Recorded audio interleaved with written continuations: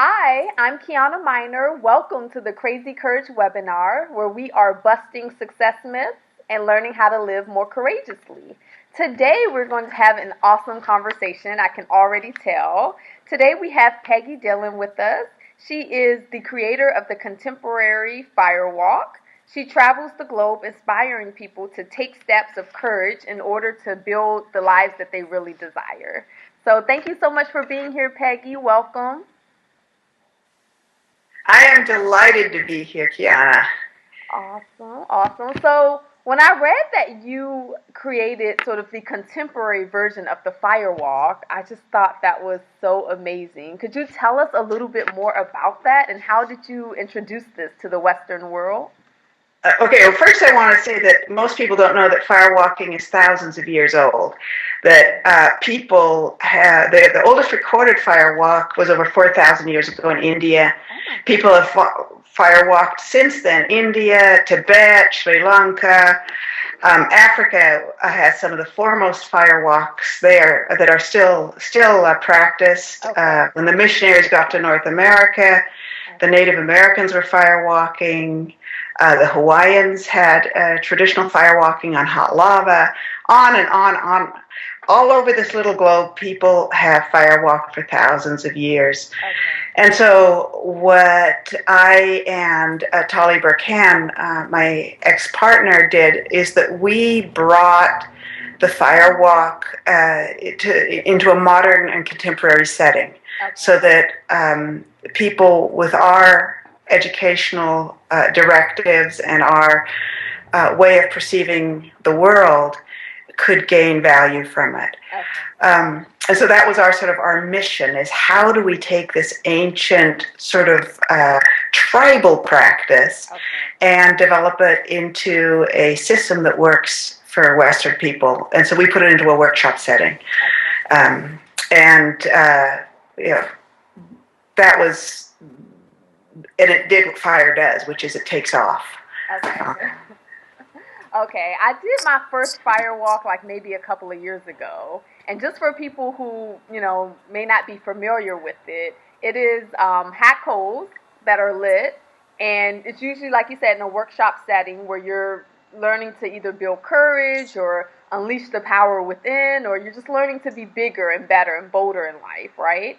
So you walk across hat coals, and it's really like a mindset shift where if you can do this, then you can kind of take that same courage, that same boldness, and apply it to your life. Is that kind of the essence of what it is? That's the essence of it. I call firewalking a clinic for life. Okay. Because if you can experiment in this short setting, really, a few hours of how you build, let's call it courage or energy and directive, and then you can apply it in a system that the mind can't grasp. Okay. How is this possible? And you successfully do it. Afterwards, you apply that to every part of your life. You come up against anything. Let's just say asking your boss for a raise. And what happens in the human psyche then is, I can firewalk. If I could do that, I can definitely do this. This is so much less. You develop this capacity, and that's one of the things I wanted to talk about, is that courage isn't something that we're born with. It's something like a muscle that we build. And we build it by looking at arenas and then moving through those arenas towards success.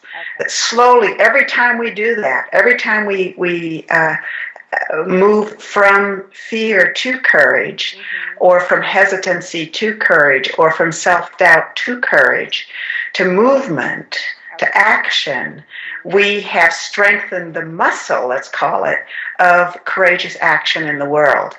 And the more we strengthen that muscle, the more capable we are of developing the lives we desire to live. The African tribe I talked about a little earlier, they live in Southeast Africa, and they do stuff with the fire I forbid people in my groups to do. They go through the fire on their bellies. They pick up the coals. I know. They pick up the coals. They rub it on their bodies. Wow. I mean, it's stunning. Okay. And these people, this tribe says that what makes firewalking possible is when our num, which is the closest, means energy in the closest translation I can find, when our human energy is equal to the energy of the fire, we walk on the coals unharmed. And what I love about that word num is they don't make a distinction. Love is num, courage is num, but fear is also num. Oh, wow. Okay. Now, isn't that cool? That is. For me, this is really important because it says to me that fear can be used for action. Okay. And that's what it's meant to be used for. So when we face fire, we should have fear in our bodies. Mm-hmm. The fear tempers us toward peak performance if from that place we take action. Okay. And turning that energy from fear that holds us back to action which leads us forward, that change is what we call courage. I love that because when I did the firewalk myself, I remember I got up and it was my turn and I was just like, I don't think I'm going to do this. Exactly. And you have so much fear and you're about to stay inactive. You're about to walk away and say, you know what, forget this. This person is crazy. I'm not doing this. And then suddenly, you kind of get yourself in state and you talk yourself into it and you do it.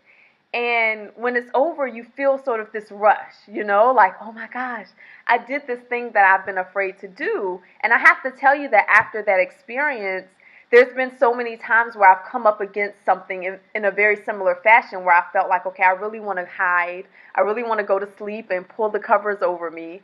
And because my body has done the firewalk, I don't know what takes over. It's just like, boom, I'm suddenly doing the thing that I was afraid to do. Is that sort of the experiences that you've heard from other people who've done this? Yeah, over and over again. What I love there, Tiana, is the fact that you said because you've done it, your body knew. Mm-hmm. That is the big difference. Okay. The big difference is that it is grounded in your body. The Buddhists say that it's of great benefit to have a human body because we can stabilize our experience in it. Wow. And so when you do something like a firewalk, you have stabilized, let's just call it the base of courage in your body. Mm-hmm. So when you go back for reference, it's not a mental thing. It's it's an underlying physical reference of success. Okay. And that's where you go back to. And that's why it's so incredibly transformational and powerful. And I believe that's why people have done it for so many thousands of years. Mm-hmm. I mean, why would we do something as unusual as firewalking unless it quickens the human spirit? It does something to our human spirit that allows us to live life more fully. Okay. Yeah, I can definitely see that. And I think what you said about the body is so true because you can read a book and so many times I feel like we get so mentally congested with all the things we know we need to do, but when it's in our body, it becomes sort of automatic, Yeah. So you've traveled around the world and seen these different cultures enact firewalks? I've seen some of the traditional firewalks, but mostly what I've done is I've gone into other cultures and I've taught them the firewalk. Oh. Because most people who are interested in this have lost some of those roots. Okay. And so I had actually done firewalking in Fiji, where they have traditional firewalking. They invited me to do some firewalking there, also in India. Of course, the European continent and Thailand also, and here in the States. Okay, amazing. Tell me a little bit more about sort of your history and what firewalking has done to bring out your inner courageousness. Well, my life in general is one that's has been based on sort of an alternative or a different perspective. My sister died when I was 11, and I had a spontaneous enlightenment experience a year later after going through a psychic spiritual crisis. And so from that moment on, my focus was how do I deepen the realization of what we humans are, which is part of the universal expression, and how do I bring other people to that realization that we humans aren't limited to the structures we've been taught about, we've been born into, that our conditioning from our families, from our society is just conditioning, and that we can dissolve that and feel life more deeply and live life more deeply. And so I was always looking for what is the tool, what is the pathway that can, in a very short amount of time, get people to realize there's so much more than their conditioning. And when I found the firewalk back in the early 80s, that was it, because the firewalk, in such a short amount of time, shows us, I mean, it doesn't even show us all of our potential. It just shows us a minuscule amount, but it directs us toward the idea that we're unbelievably capable. And so that's when I decided that this is it for me. And there's other empowerment tools that I teach also, along with that, to sort of round it out. But that's the primary one that I'm known for, is because we put it out there. Okay. Now, were you already teaching empowerment tools when you came across firewalking, or? Yes. Okay. Yes, I was teaching empowerment. I was teaching spiritual workshops and empowerment workshops before I came across firewalking. And Kelly Burkan, when I met him, we had decided we were going to teach together, and I went to a firewalk of his to watch what that was about. And he always did them in secret, and because that's the traditional way, was that it wasn't advertised. The people would come, and they were secret rituals. And so he always did them that way, which was very sweet, and somehow, I don't know what to say, authentic or something. But one of my goals is global transformation. And so it's not very effective for global transformation. And so when he and I started a partnership, we decided to make it public. And so also train other people to lead it. And that's when Tony Robbins was trained in the early 80s, and other remarkable workshop leaders who use the firewalk. Okay. What, how many times would you say you've been across the coals yourself? Well, I lost track at about 1,000, so. Wow. The 80s was a long time ago. Yeah, that's awesome. Yeah. Do you feel like, because you've taught other people this and you've been across so many times yourself, do you feel like your muscle has gotten to the point where you can pretty much do anything? Like, do you feel unstoppable, I guess, is what I'm asking? Well, I would hate to challenge the universe with that one.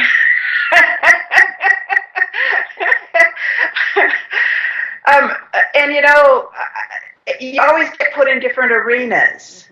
And then you have to use the muscle, to both that muscle, the courage muscle, and also the intellect and the spirit and the heart, to figure out how you're going to maneuver this one. It's sort of like, you're a good whitewater rafter.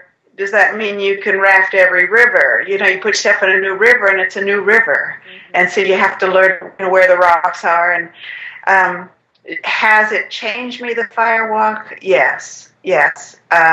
I am a different person now. Okay. And as you said, we watch it in the people who firewalk.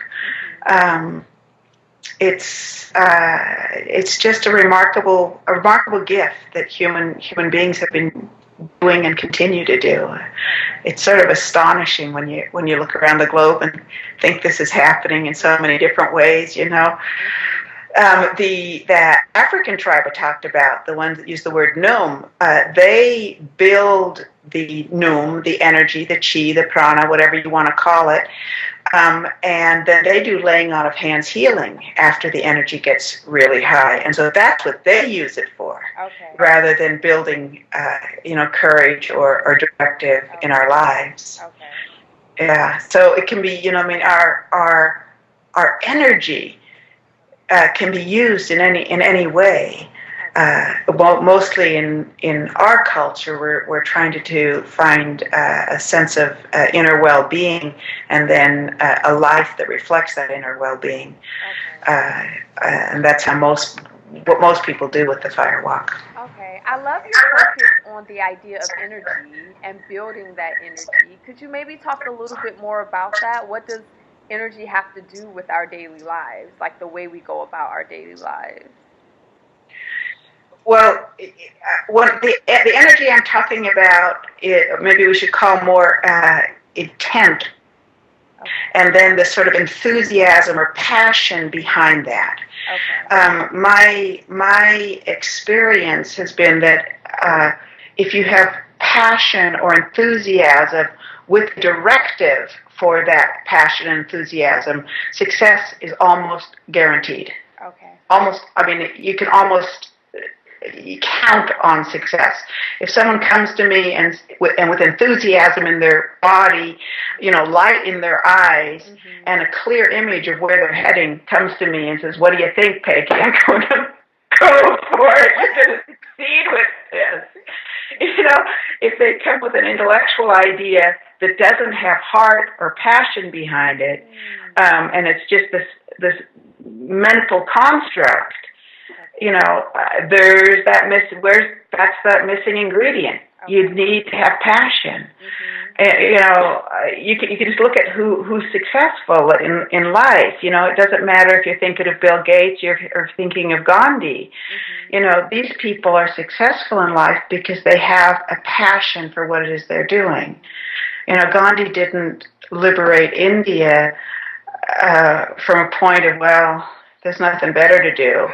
It was like, it was something he had to do. There was no choice. His whole being lived for that. And he had a clear image of what he wanted. What he wanted was India free of dominance. And so that combination, that heart, that passion, combined with a clear focus, creates results. So I love that you use Gandhi as an example, because his quote, "Be the change you wish to see in the world," is one of my favorite quotes of all time. But that idea of being, I think, is also linked to passion, that we have to become sort of that mental image. We have to become the enthusiasm that's going to bring that mental image to reality. So, yeah, I love that. We have to live what it is that we want to bring. Okay, nice. I especially like that we keep kind of coming back to the body, like sort of grounding these things like passion and enthusiasm in the body. I was a massage therapist for several years, and so I can attest that so many of us live like from the shoulders up. You know what I mean? Like, everything is sort of this mental, analytical process, and that once we kind of bring it back into the body, our whole lives kind of light up. Can you talk about a personal experience where you've sort of had the courage to break through something you thought you may not have been able to do? Well, I was thinking about courage in preparation for our talk here today. And I was thinking, my life is just peppered with courageous moments. But the one that really caused a major change in me was in my early 20s, when my first husband and I, and he was also in his early 20s, we decided to move to Canada. And we built a log cabin up in part of Canada in BC called the Caribou. Really, built a small. where were you from? Where were you from before you went to Canada? California, both of us. Okay, here are these two California kids. Okay, we headed. Neither of us had ever even touched a chainsaw. And we headed up to the Canadian, what they call sticks, wilderness. Okay. And we built a log cabin and then spent the winter in it. Wow. And that experience, I mean, it got colder than 60 below. Very, very cold. At 40 below, you can freeze lung tissue. We're very, very cold. In a cabin we built ourselves. And, we had this book that was Building Your Home in the Wilderness. We would go through the pages, put chinking between logs. What's chinking? And so it was the year that changed who I am. Okay. A year of just finding the base joy in living in just a crazy, crazy setting. And just like the firewalk, that's sort of, I go back to that basic life gives you what you need at the moment that you need it, okay. Even in very, very intense situations. I'll just give you one quick example. It's not a dramatic one, but it was a very great one for us. We ran out of anything sweet. We had a big container of honey, and it was gone by the early spring.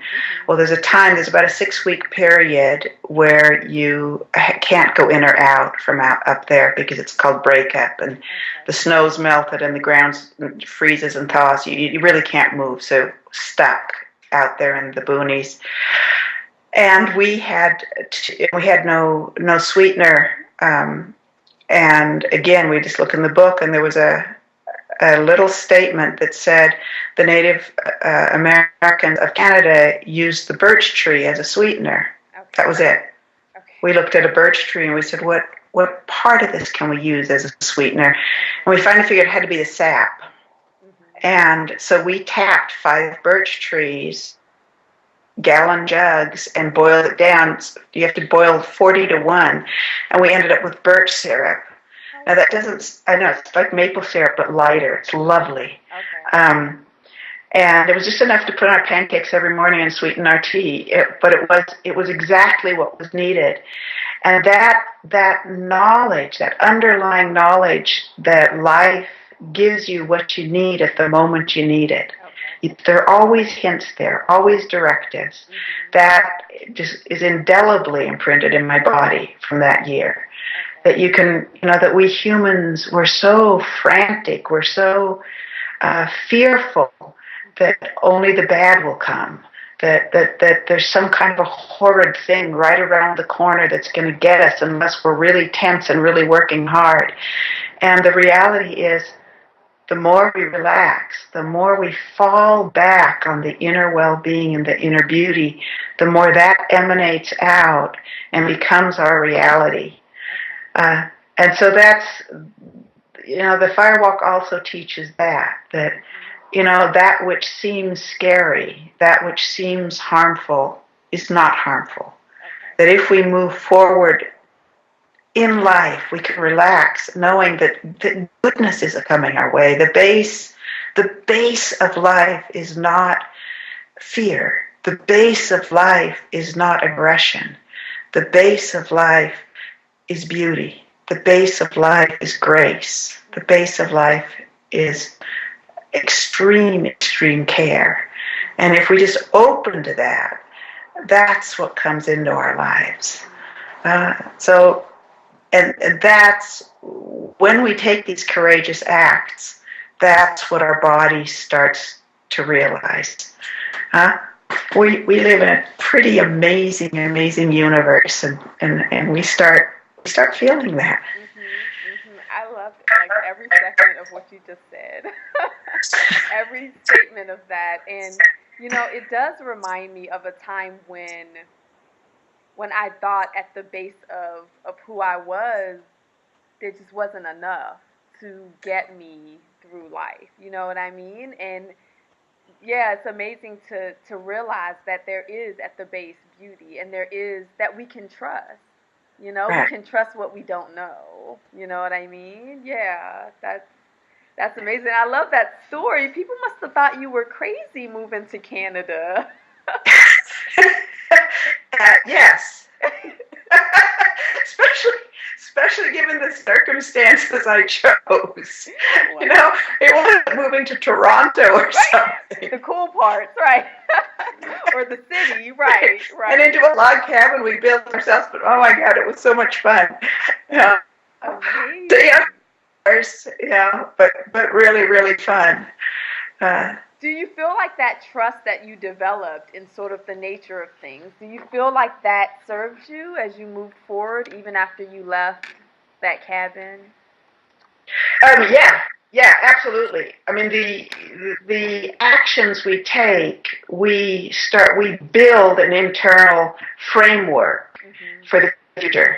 Okay. And I would not be living the life that I'm living now if I hadn't built that framework of well-being back in my 20s. Okay. That a lot of who I am was built back then, okay, in the structure I built. And so, I draw on it all the time. Not as consciously, but I draw on that underlying sense of well-being. Okay. And to tell you the truth, I draw on it and I rely on it. Okay. I mean, I fling myself into situations where I expect the universe to do its part to supporting me. It hasn't failed me yet. Oh, that's awesome. That's cool. I know that a lot of corporations do the firewalk, especially for their senior most leaders. Like how does it contribute to leadership? How does it make us better leaders? Everything we inspire others to do has to have its base in who we are. Okay. And so when we've stepped beyond our boundaries into acts of courage, we can inspire the people who are following us to do the same.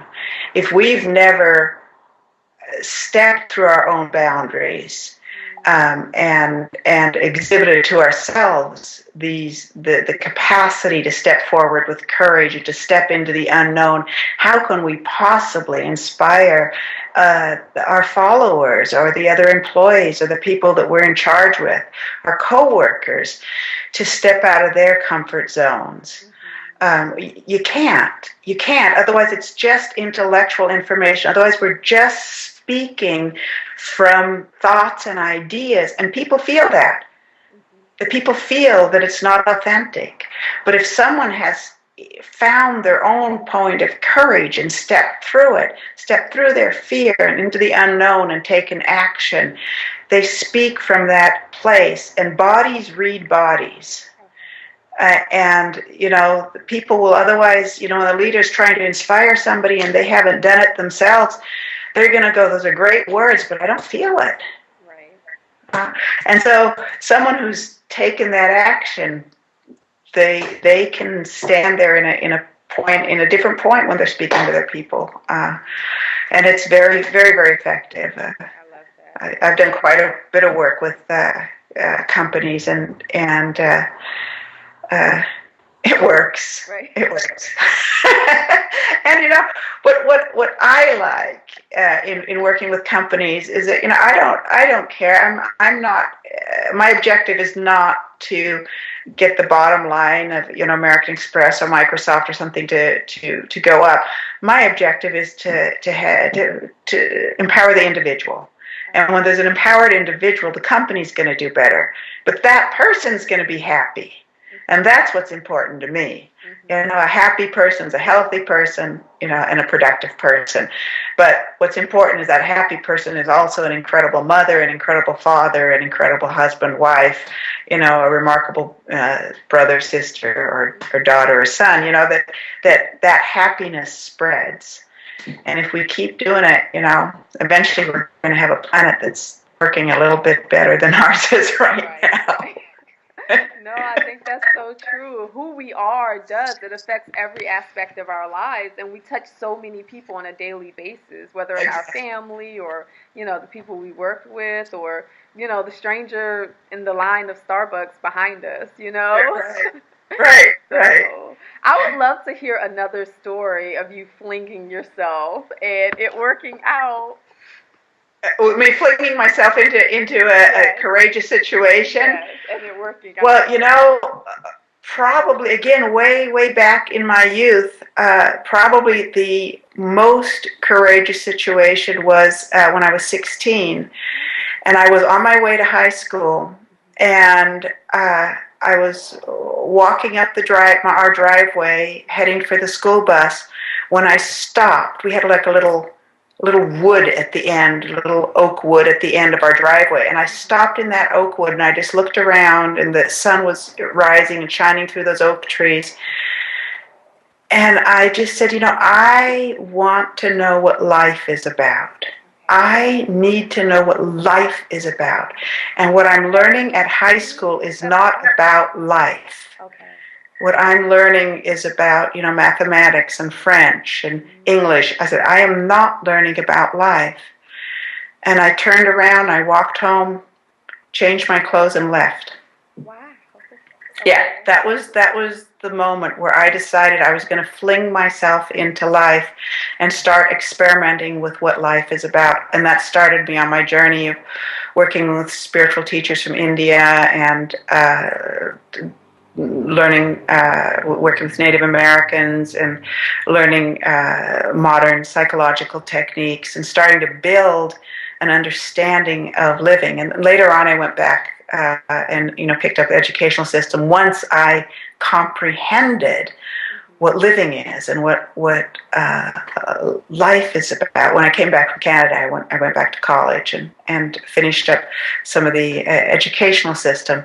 But that moment was probably the moment of greatest courage, of just making a conscious choice to explore in a different. Certainly, at 16 too. What wisdom you had at such an early age. That's amazing.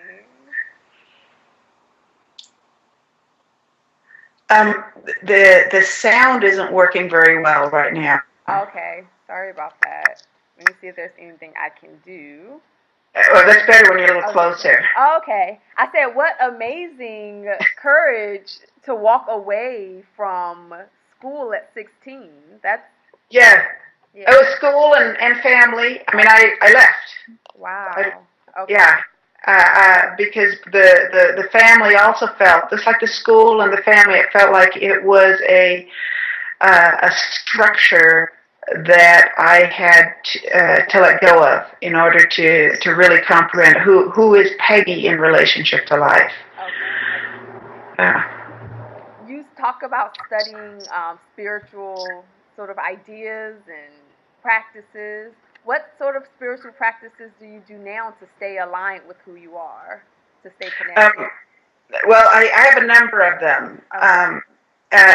And the thing I'm just going to talk about briefly, because I'm very excited about it, is that I, in conjunction with Nuktul Rinpoche, the head of a monastery in Nepal, right on the Tibetan border, way up in the Himalayas, whom I consider my spiritual son, and he actually considers me his spiritual mom. Maybe that's the way we should put it. The two of us together have developed a Tibetan practice that's based on ancient traditional ways, but I've refigured it for the Western mind, and I'm super excited about it. So that's one of the ways is through practice like that. Okay. But if our listeners, if they're looking for one particular way to stay balanced, I cannot recommend anything more than meditation. Meditation is it's the cornerstone of well-being. Okay. There's other things too. There's nutrition and exercise and thinking thoughts that are positive and learning how to be very positive towards ourselves. All those things. But the cornerstone, meditation. Okay. And there's so many different methodologies, and they all work. Okay. So Good to know. find one. They're different for different people. Like Zen doesn't work for me, but it works for a lot of people. So you find if people are interested, find a method that works, and then stick with it for at least 30 days before you say, "Oh, this one's not working." Because there's a great analogy that says that there's water just below the surface, and we take our little spoons and we, in the Western culture, and we dig down, we go, "This isn't working." We start digging somewhere else, and we go, "This isn't working." Start digging somewhere else.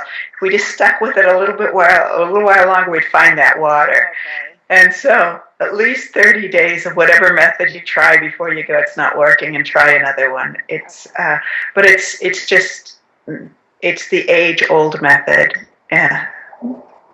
I'm assuming by your nodding that you meditate. Yes, I definitely meditate. I love meditation, and every person, I feel like pretty much every person I've spoken to in this interview series has said meditation has changed their life. So, yeah.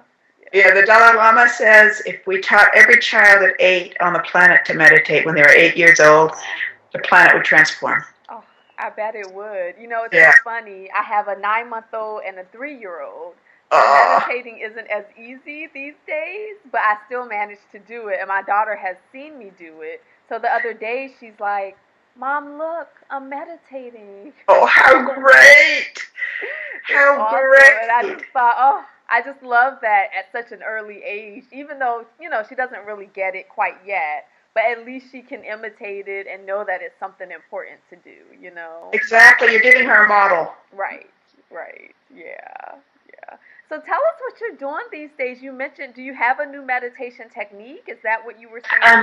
Yeah, I'm putting together this spiritual practice, and it should. I'm redoing it right now, honing it with someone who is doing the music for me in Holland, and so that should be available within the next month or so. But it is not available right now. Okay. At least not the method I would like to put out there. Okay. That's sort of my baby right now. Okay. The other thing that I'm doing that I'm also very, very excited about is also a webinar series. But it's a fundraiser for my son. My son was paralyzed 6 years ago in a fall. And when he was in the hospital in the ICU in a really, really bad shape, we weren't sure if he was going to live or not.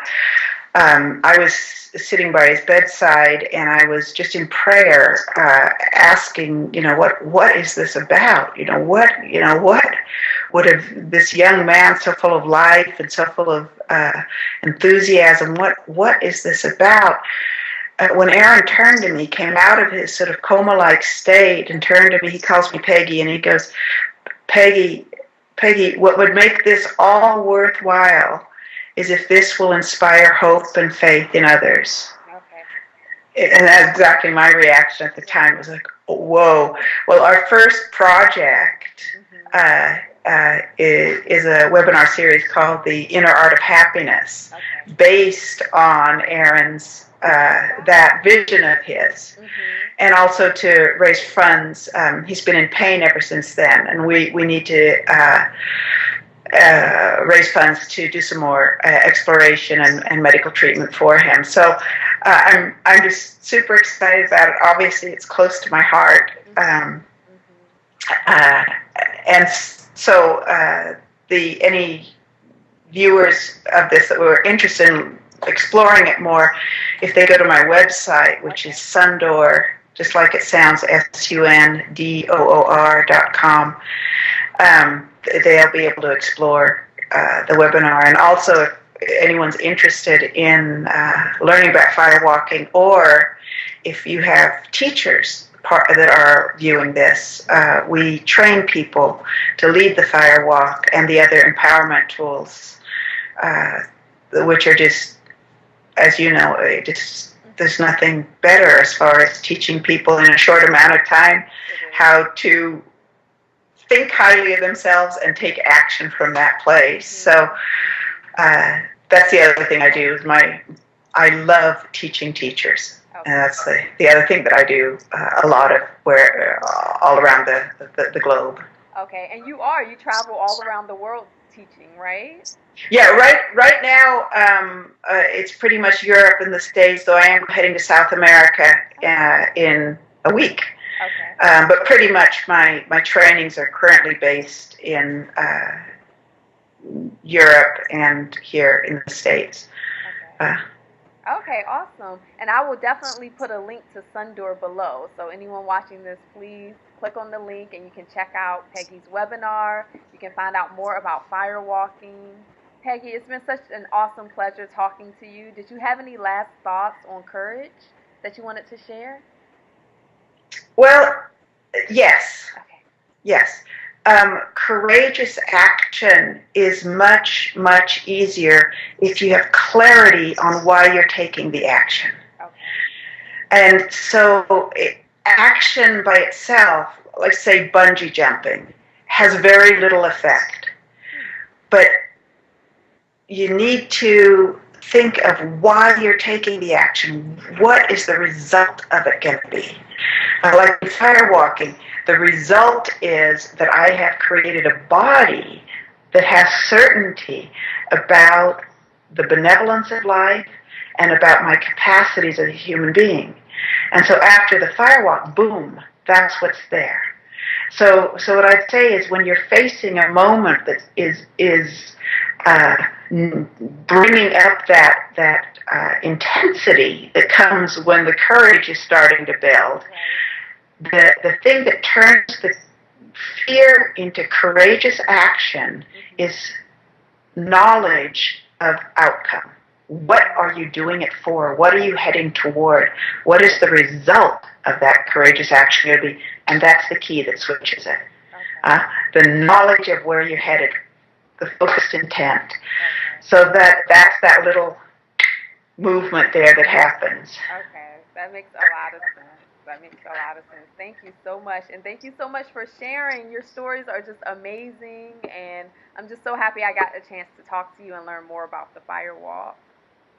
Anytime, Kiana. I am so delighted that you're doing this series. And blessings on your work, honey. Oh, thank you. Thank you so much. And everyone, we will see you tomorrow for the next interview. Thank you.